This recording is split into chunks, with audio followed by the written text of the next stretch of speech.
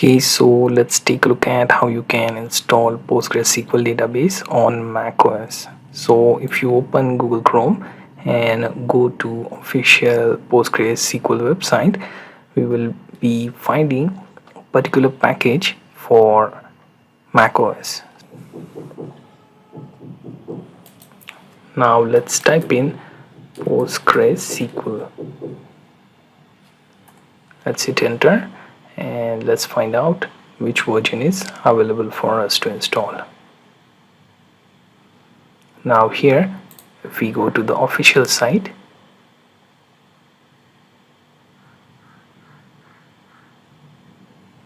here you see option to download.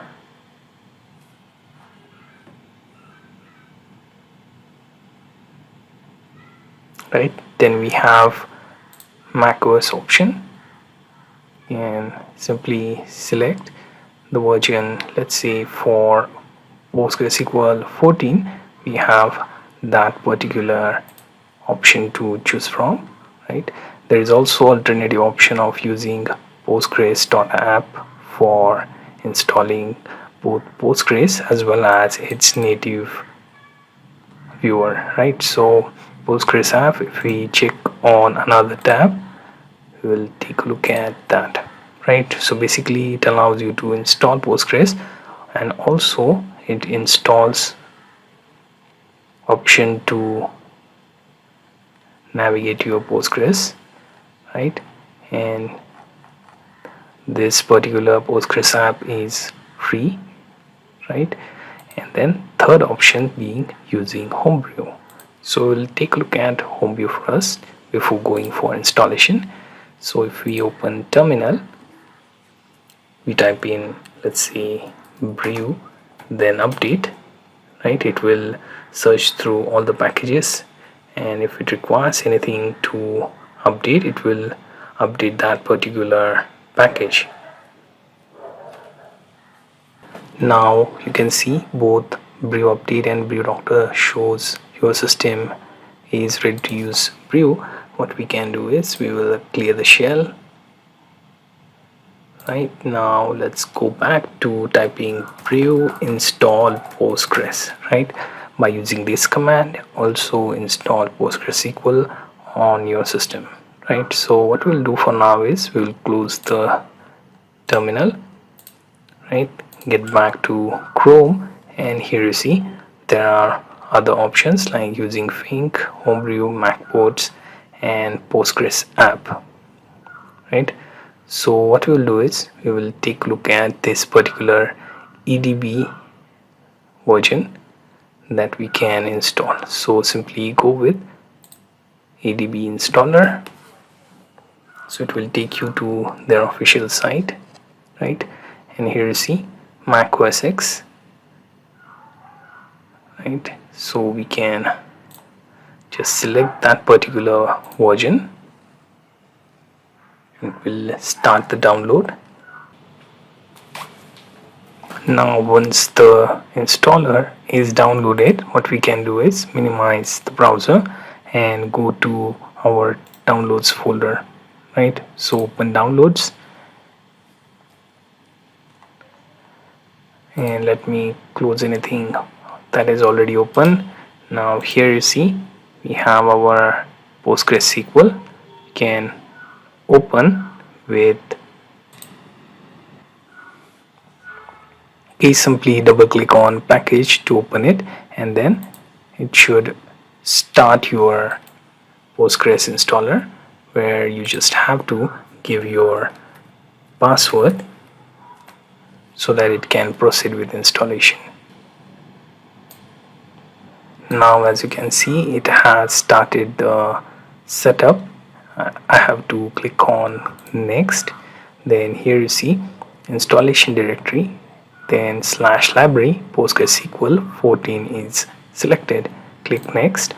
Here you can choose the packages that you want. I want PostgreSQL Server, pgadmin 4. Then Stack Builder is something that I don't want because it will try to download the tools drivers applications. If you want that, you can install that. Right, so let's try and ignore this for now. click next. Then here you see the data directory where your data is stored, click next. Then here you see you have password to enter. Let's go with something simple. Let's say demo 20 and 22, right? So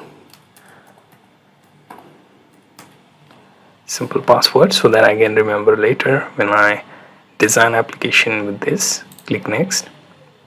Here you see your port, click next. Then set the default locale to default. You don't have to change it for now. If you want to change to some local of your, let's say with some UTF specific or language specific locale, you can choose that. For now, let's go with default that Postgres offers. Click next. Now it shows you what will be installed.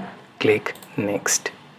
Again, go for next and it will start the installer.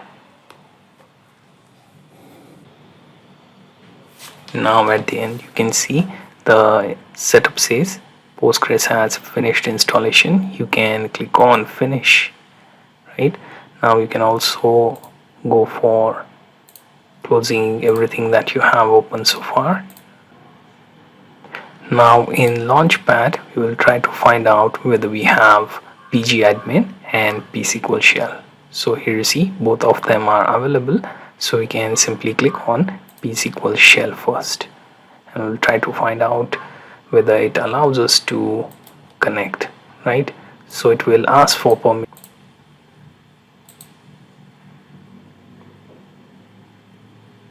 So now when we click on our psql shell, let's type in localhost, then type in Postgres as our database, then type in i432, then username, then password which you entered during your setup for Postgres, and here you see your psql shell is connected. Similarly, you can also check the Launchpad for pgadmin. Let me minimize this, and here you see pgadmin is opening within our browser, and then it will open its own window that allows you to connect to PostgreSQL data. Here you have to set master password, so use the password that you used previously.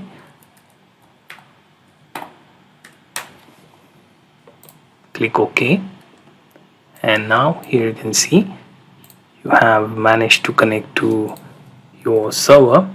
You just have to add the password. You can even save it and click OK, and it will show you the list of things you have under your databases. Currently you don't have your own, so it will connect to default Postgres database. So if you can see this, then you have managed to install Postgres and managed to use pgadmin and psql shell on macOS.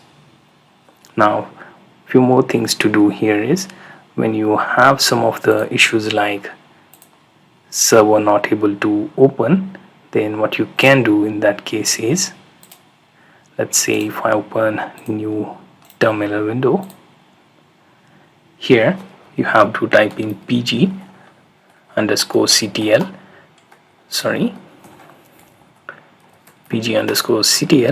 then dash d, then you have to specify /user /local /var and then Postgres and then start. This command needs to be used when you want to make use of server start functionality. If you want to stop the Postgres server, simply use stop, right?